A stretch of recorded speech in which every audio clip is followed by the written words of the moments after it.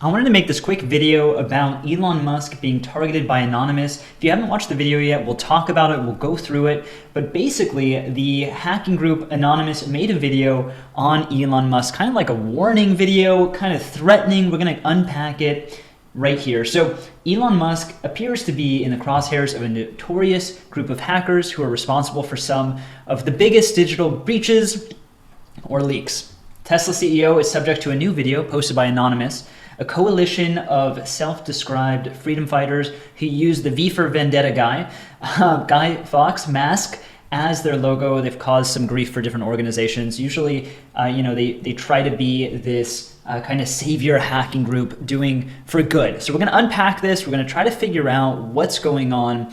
And the first thing I want to talk about is the source. Whenever I see any kind of content, I first want to make sure that the source is legit or has biases. I want to try to understand any motivations that might be going on. So first off, with Anonymous, it's a group, but they're kind of independent. And basically, there's some different social media outlets. This is one with 5.8 million followers. We are Anonymous. And right here, they are posting, hey, will Elon Musk respond or hide? They posted the video. And they're posting things that are trying to get some attention here on how terrible Elon is. But if we actually go to the main Anonymous one with a bit more followers, they go down here and say, hey, thanks for the heads up, but no, this is not us. So all the best, but no, this is not made from us. So this group here with Anonymous with 6.7 million followers says, nope, that's not us. This one does, a little bit smaller. There are so many different groups that seem to be making up Anonymous in terms of their social media following. The main group, Anonymous, here says, hey, we believe the count you're trying to follow for all you new crypto and Bitcoin followers that are following because of Elon Musk, I think you're trying to follow this account, BSC Anon for Anonymous. And then down here, they actually responded, say, hey, no, we didn't make this either. So there's a bit of stuff going around here. I just want to let you guys know. And if you search for like an anonymous hacker group, you'll obviously find quite a bit of accounts that are trying to leverage the Anonymous brand. If you notice, I kind of, that was the brand that I went to. I didn't even think about this anonymous hacking group when I made it, but there's a lot of people out there. This is kind of the official one that I could find on YouTube with Anonymous Official, 3.5 million subscribers. The kind of content that's on here is pretty clickbaity, looks like reverse pyramids from aliens. It looks like a lot of stuff going on, and really trying to turn this into an actual monetizable channel. 3.1 million subscribers, but the actual video that this is on is not from this one. It's from this one with 145,000 subscribers, trying to use the same brand. Is it the same person? Unlikely. And it's all easily made from editing. So if you watch this video, we'll go through the video, I'll tell you my perspectives on it, some things that I think are worthy and some things that I think probably are not. But this video right here, just so you know, all of the videos are pretty much made the same way. So it is basically just a video with voiceover on top and some editing. There's no one's mouth moving, so the production is very easy to just duplicate over and over again. It's a nice square video. I guess that's how they do it. So this is the image. It's not him actually talking. It's just voiceover after it. So let's review it and let's kind of unpack it. I'll tell you my thoughts on, if I think this maybe is a good buying opportunity as an investor, what's going to happen when the markets open on Monday, what you should kind of be thinking about. Is this a turning point? Are we reaching mass FUD? And this is going to really affect the stock. So we'll unpack all of that right now. So let's go through it. And here it is.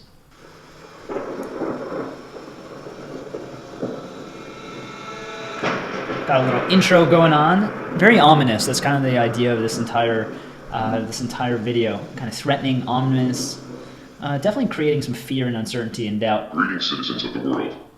This is a message from Anonymous for Elon Musk. For the past several years, you have enjoyed one of the most favorable reputations of anyone in the billionaire class, because you have tapped into the desire that many of us have to live in a world with electric cars and space exploration. But recently, your carefully created public image is being exposed. So there's this idea where it's a carefully created public image. I think Elon, I'll just tell you how I feel. I think Elon has very knee-jerk reactions. It's the one thing that I think people like him for and hate him for is his inability to kind of filter. So I do not think it's a carefully created public image in any way. But of course, some of you think he's a evil mastermind, and that's okay. I do think he has a level of genius that is very, very rare.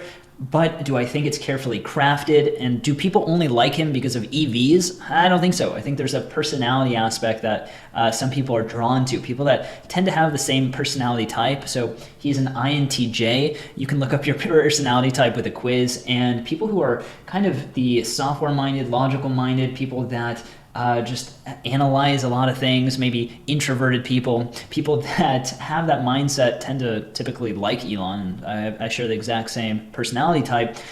And carefully crafted is something that I think from his Twitter we can see it's not very carefully crafted, but we'll keep going here. And people are beginning to see you as nothing more than another narcissistic rich dude who is desperate for attention. It appears that your quest to save the world is more rooted in a superiority and savior complex than it is in actual concern for humanity.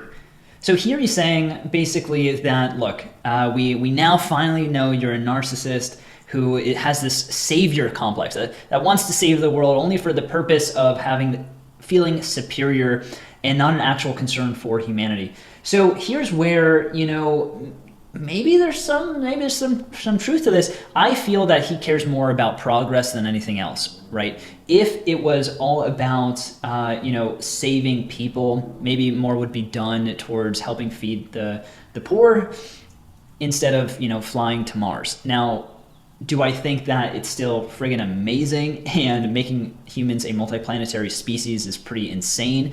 And look, that's what he's passionate about. And so, it's much better than a lot of other businesses that you can do in terms of helping humanity, sure. But this is kind of interesting here. This has been obvious to your employees for a long time, who have faced intolerable conditions under your command for years. So it is true, Tesla is very hard to work at. The environment really pushes people to the brink. This headline that they're using is "Profits Soar." The people at Tesla really do have this greater than just employee mentality. Otherwise, they burn out and they leave Tesla. If you believe that Tesla is revolutionizing the world, helping move humans and just society to another level of progress, then maybe you can survive at Tesla because it's grueling hours. They get paid less than some of the other huge tech companies. You'll get paid a lot more at Apple, have a much more chill experience because Tesla, as they ramped up their production for their mass market vehicle, the Model 3, Elon was saying it's production hell. It's very difficult to get a car company off the ground. In fact, there hasn't been one for 100 years in the USA that's reached mass production.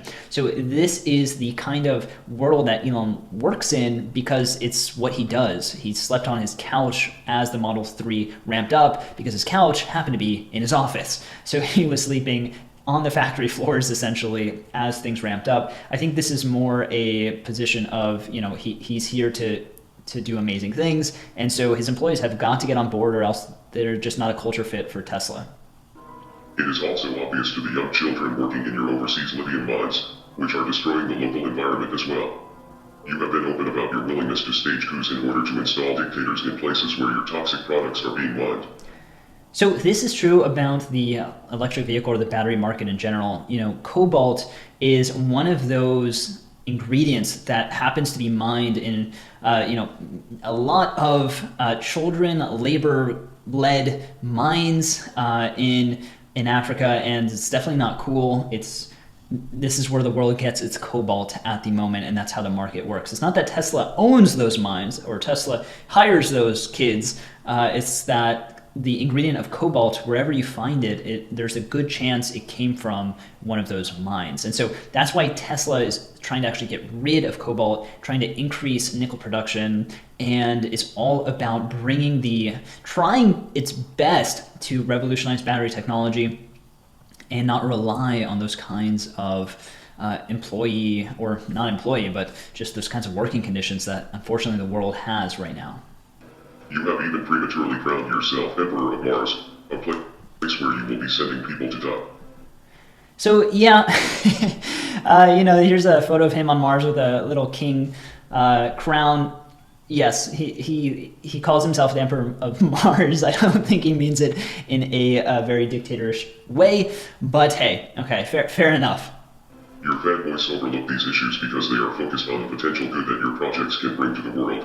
But you are not the only show in town, and your competition is growing more intense with each passing day. There are plenty of other companies working on space exploration and electric vehicles. So here, Anonymous is kind of getting a little, I feel like out of the box and trying to more like, it seems more about encouraging the current fans to try to get away from Tesla, maybe sell stock, maybe have some short interest. That's what I'm kind of seeing in this because, talking about how competition is now, coming and chopping at the bits and they're going to catch you. That doesn't seem like it really has anything to do with the message of how Elon's a terrible person, right? Kind of starts to make you feel like maybe it's kind of going against that message in some way if they're losing market share or they're going to be maybe the underdog eventually, right? That switches the mentality there. So yeah, there are other companies out there with space exploration and electric vehicles. I think what Elon has been doing, landing rockets and reusing rockets for the first time ever in orbits that land on drone ships in the middle of the ocean and successfully being the first company, I think, in ever private company to launch actual humans into the space station. He's doing pretty good, I think, personally. If you look at battery technology and how the other car companies and EVs are coming out with cars that have much bigger batteries and much lower range, I think there's some.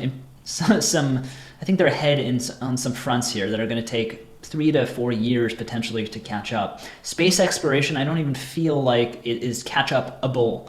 If we look at what SpaceX has done compared to Blue Origin, Bezos' company, who I think Bezos essentially left Amazon as CEO to kind of focus on, but I think that it's not possible to catch up at this point with that because the growth and the speed of progress, I think, is faster than the rate in which others are catching up. So it's kind of like a widening lead in a lot of different ways. But hey, I think this video is made to create some fear, uncertainty, and doubt, and that's what it's trying to hit on here. You are just the only CEO who has gained a cult following through shitposting and trolling the world on social media. In fact, many people are now learning that the vast majority of Tesla's income doesn't actually come from selling cars. It comes from government subsidies, selling carbon tax credits for your innovation with clean energy. This technically isn't your innovation though, because you aren't actually the founder of Tesla. All right, so this is talking about how Tesla, and this is one of the biggest bear kind of approaches. Michael Burry, the guy who is kind of the star of The Big Short, is shorting Tesla and talking about these environmental credits. So it's not actually from the government, these regulatory credits. So I want to kind of be clear because a lot of people mix this up. So there's two completely different ideas that sound very similar. One is government subsidies. So what this means is basically the government will say, hey, look, you can sell your cars and anyone who buys them gets a $7,500 tax credit or something like that, which has happened and phased out for Tesla. That doesn't go directly to Tesla, that goes directly to the consumer, but it increases the consumer's ability to buy the car because to them it's technically cheaper now. So that's one thing, but that's not what Anonymous is talking about here. Instead, they're talking about regulatory credits. Now, regulatory credits are actually not from the government. Instead, they're actually from other private car companies that have to buy them from Tesla just to be eligible because of government regulation. So companies have to make a certain amount of electric vehicles. Since Tesla makes way more, what they basically have are these credits that they can then sell to other companies that are not making enough electric vehicles. So companies like Fiat can buy tons of electric regulatory credits from Tesla to basically be eligible for the whatever governmental things that they are. So this is the Tesla Makes It Money breakdown from Q1. So you can get an idea here. And total revenue is the start at 10.4 billion. So the automotive revenues are the majority of revenue, right? 8.5 billion. The credits are 500 million. And the thing with profit is you can say, oh, the profit is because of these regulatory credits, right? Because, here's the profit, and so it's mostly there's a good amount of regulatory credits creating the profit, right? Because the operating profit is only 594 billion. That's when you take out sales and research and development expenses and all of that. So you can kind of say, look, if it weren't for regulatory credits, Tesla wouldn't be as profitable. Instead of making 594 million, which 101 million was from the sale of Bitcoin. So in reality, it was like 494 million without Bitcoin. Then 494 million is lower than the regulatory credits. Look, Tesla's only making money from regulatory credits. The thing is, they could just, expand slower and be profitable. There's a lot of other things they could do as well. But they're using the regulatory credits to be barely profitable. That way they can grow as fast as possible. But it's also true to say, look, Tesla wouldn't be profitable if it wasn't for their energy and storage business, which is like making them basically profitable too. Or Bitcoin, 101 million. These are temporary things that Tesla's using to basically increase and grow as fast as they can. So they're using those regulatory credits to do that and to expand and build their factories in Austin and Berlin and grow as fast as they can. And you're right, they wouldn't be as profitable without those credits, but they could also just scale down their expansion and be profitable too. There's also some other levers they can push for profitability. You simply purchased the company from two people much more intelligent than you are, Mark Neverhart and Mark Tarpenning. Tesla has also made more money holding Bitcoin for a few months than they did in years of selling cars. It is also more than likely that this Bitcoin was purchased with money from these government subsidies. All right, so a couple things to unpack here. Yeah, Elon did not start Tesla. Elon funded Tesla in the beginning, eventually became the CEO, saved it from collapse by investing a lot more money and partnering with Daimler to raise more money. But Elon was... It's kind of safe to say that without Elon, the company wouldn't go anywhere. And it's a bit much to assume. Yeah, Elon didn't invent the EV, but that the invention of something is not what makes it mainstream and popular and go through the grid of production and actually make it a feasible thing. Next, Anonymous talks about Bitcoin sales and saying, hey, these are probably from the environmental credits that you got. Which is kind of fair to say in some ways, right? Without its actual profit, maybe it wouldn't be able to buy the Bitcoin because, hey, the profit was from regulatory credits, so that, they're basically buying Bitcoin from regulatory credits. Again, you could call profit from a different things. You could say, hey, we made no profit from the regulatory credits. We made all the profit from our energy business, which is also the similar amount of actual revenue for that time. So it's a little bit of a stretch, but yeah, it's a good use of creating some extra controversy. It is now widely believed that you have been forced to denounce your company's involvement with Bitcoin in order to keep that green government money flowing into Tesla's coffers. The energy use argument about proof-of-work mining is a very nuanced conversation that requires a fairly complex understanding of how power grids work and how excess energy is wasted by power companies and sought out by crypto miners. So here he's talking about, hey, maybe you did a U-turn on Bitcoin, meaning, hey, you started with Bitcoin's amazing, Teslas can now be bought by Bitcoin, we're going to buy 1.5 billion in Bitcoin, and then now there's this U-turn, right, where he's saying, you know what, no more Teslas can be bought with Bitcoin, it costs too much in terms of the energy usage for each transaction and miners to validate the transactions. And so Tesla U-turned on Bitcoin, kind of sent it tumbling down, causing a lot of hate from Elon. A lot of people say it's on purpose, he's manipulating, but really is really hurting his brand and his image and his $1.5 billion worth of holdings. So it's not my opinion that he is doing it to hurt himself or to somehow benefit by buying the dip. I don't think that that's what's going on.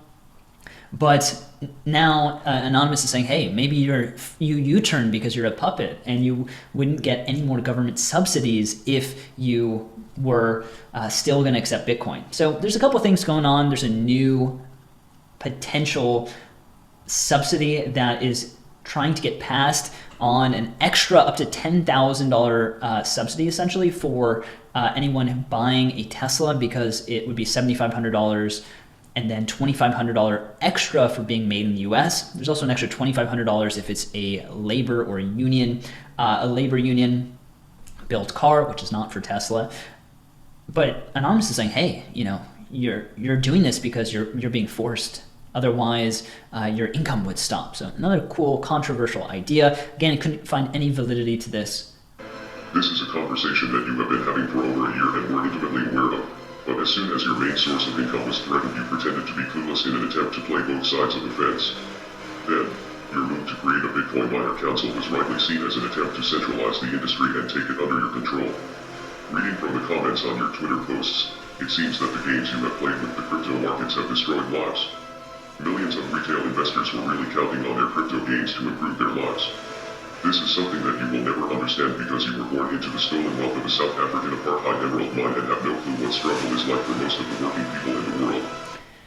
So a lot going on here. That's a crazy claim. It is kind of true in terms of this last claim here of Elon's family once owned an emerald mine, and it sounds like probably terrible. And Elon has pretty much denounced that his dad is the worst person he's ever known. He won't let his kids even meet his dad. They are not on good terms. I don't think they have seen each other in a long, long time. So maybe there's some truth to that part. But has Elon struggled? Has he been stressed? I think there's a lot of different kinds of struggle in this life. Being poor is obviously one. But there's also another one, which is fearing that you're going to lose everything when you have everything, and putting all your money into SpaceX and Tesla and Solar City and sleeping on friends' couches to basically fund your companies as rockets explode and you're on your last rocket. So there's some struggle there. But the other part of this is people hating on him because Elon is kind of, it looks like, really massively created a crypto crash. So crypto has been crashing, and Elon's tweets have not been helping. They have probably been a catalyst for this, and a lot of people have lost a lot of money. Now, if you're an investor, and you're investing in something, and you're believing, and you have the strong conviction, then hopefully one person can't totally affect your investment. However, I do want to kind of put things a little bit in perspective. Yes, Elon has absolutely crushed Bitcoin, but I do want you to kind of zoom back out. So Tesla buys 1.5 billion in Bitcoin. Now, this sent the share price skyrocketing. This was on Monday, February 8th. Okay, and so Monday, February 8th, 1.5 billion. If we look at the price, so the price of Bitcoin was around right here. So February 8th, it's more like the 7 price because the 8th closed much higher. So if you were in right before Elon or right when Elon announced it, you'll notice that we're kind of at similar levels now. A little bit less, maybe 5-10%, but we're not crazy low. So if you take that into account, what was Elon's net effect with Bitcoin? I don't know. So far, 5-10%. If you think that maybe the rise was because of Elon, which I do think he catalyzed it because there was a big old jump the first day and the second day and the third day and the fourth day. So what actually happened? Well, people, of course, start buying at the top. People bought Bitcoin at the top at 50, 60, and now they're panicking and they sold. And they're selling because Elon's tweeting, and they're mad at Elon, and they're selling, and they're mad at other people who are selling because they're selling and driving the price down. So there's a lot of interesting things to kind of like take a step back and look at. If you are an investor, you got to be an investor for the long term. No one knows what's going to happen in the short term with any kind of investment. Of course, with crypto, you're dealing with a very volatile investment, and that is always something to keep in mind. Improve their lives. This is something that you will never understand because you were born into the stolen wealth of a South African apartheid emerald mine and have no clue what struggle is like for most of the working people in the world.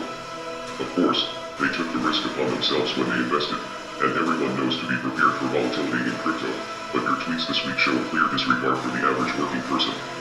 As hardworking people have their dreams liquidated over your public temper tantrums, you continue to mock them with memes from one of your $1 million mansions. You may think you are the smartest person in the room, but now you have met your match. We are anonymous. We are legion. Expect us. All right, with the famous "expect us" at the end as kind of a threat.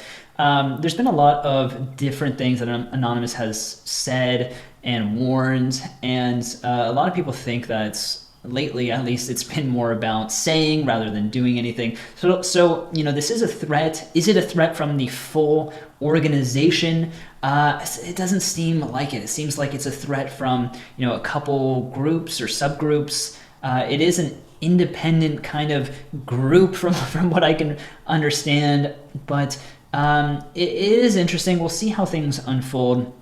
We'll see how the market opens, how it takes this. There has been I think we're hitting some good support at the current levels of around, the high 500s at 600. So I can't see it dipping too far down. But we'll see what happens on Monday's open. What I typically do as an investor is I look for opportunities in which the short term is being over. There's a bit too much waiting on the short term, and people are really focused on the short term. And when there's fear, uncertainty, and doubt, people are overselling or overbuying if it's the flip. And really what I care is the long-term potential of it. So it'll be interesting how the public image of Elon changes. He had by far the best public image of any billionaire, I would say, until the last few weeks.